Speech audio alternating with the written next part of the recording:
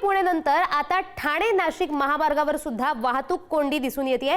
नाशिक कडून ठाण्याच्या दिशेने येणाऱ्या मार्गावर वाहनांच्या लांबच लांब रांगा लागल्यात। अवजड वाहनाचा अपघात झाल्याने ही मोठी वाहतूक कोंडी झाली आहे। ठाण्यात रुस्तमजी गृहसंकुलासमोर अपघात झालाय आणि त्यामुळे आता वाहनांच्या लांबच लांब रांगा ठाणे नाशिक महामार्गावर लागलेल्या आहेत।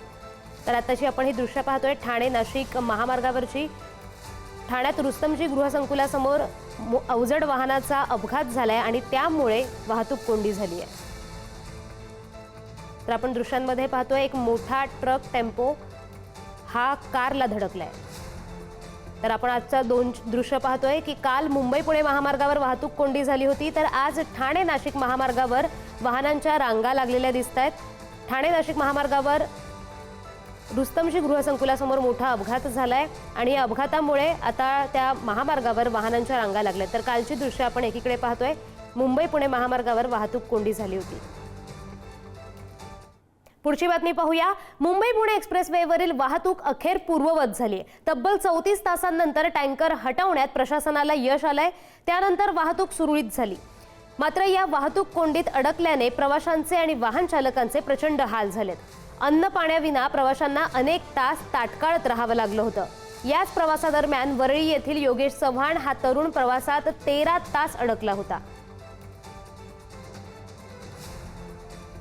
या महामार्गावर ज्वलनशील पदार्थाचा टँकर उलटल्यामुळे वाहतूक कोंडी झालेली पाहायला मिळाली। या अपघातामुळे अनेक वाहनं ही अनेक तास खोळंबलेली पाहायला मिळाली आणि या खोळंबलेल्या वाहतूक कोंडीमध्ये अनेक नागरिक हे सुद्धा अडकलेले पाहायला मिळाले। अनेकांना अनेक त्रास सहन करावा लागला आणि नाना गोष्टी या संपूर्ण घटनेमध्ये पाहायला मिळाल्या। मात्र या सगळ्या विलंबानंतर अखेर अनेक जण आपल्या निवासस्थानी पोहोचलेली पाहायला मिळतात। अशातच मुंबईच्या वरळी परिसरामध्ये मी सध्या आहे आणि माझ्यासोबत योगेश चव्हाण आहे, जो याच वाहतूक कोंडीचा सामना करून अखेर मुंबईमध्ये आलेला आहे। आपण थेट त्याच्याशी बातचीत करणार आहोत, त्याच्याकडून या सगळ्या नेमकं तिथे काय घडत होतं त्यावेळेस हे सगळं त्याच्याकडून जाणून घेणार आहोत। मी रात्री 12:30 वाजता आलो घरी मुंबईत। टोटल मला असे 13-14 तास झाले ट्रॅफिकमध्ये गेले त्या। तर हा उशीर झाला, हा अपघात झाला। अनेक अपघात मुंबई पुणे एक्सप्रेसवेवर होतात, पण हा अपघात झाल्यानंतर सगळ्यात जास्त वेळ वाहतूक कोंडी पाहायला मिळाली।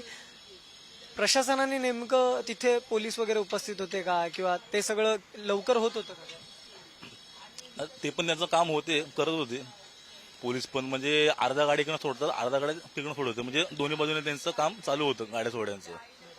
पण तो जो गॅस होता तो गॅस विषारी गॅस होता, त्याच्यामुळे ते का बोलले पोलीसवाले की आपल्या गाड्या तुम्ही लांब न घ्या, जवळ आलं तर मग गॅसचा स्फोट वगैरे होईल, परत ते मग जास्त होणार, ते मग परत मग अजून मग वाहतूक कोंडीकडे होणार सगळीकडे जास्त।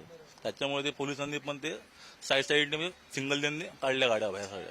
व्हिडिओ जर्नलिस्ट नागेश दुत्रे समिती, धनंजय दळवी, पुढारी न्यूज, मुंबई।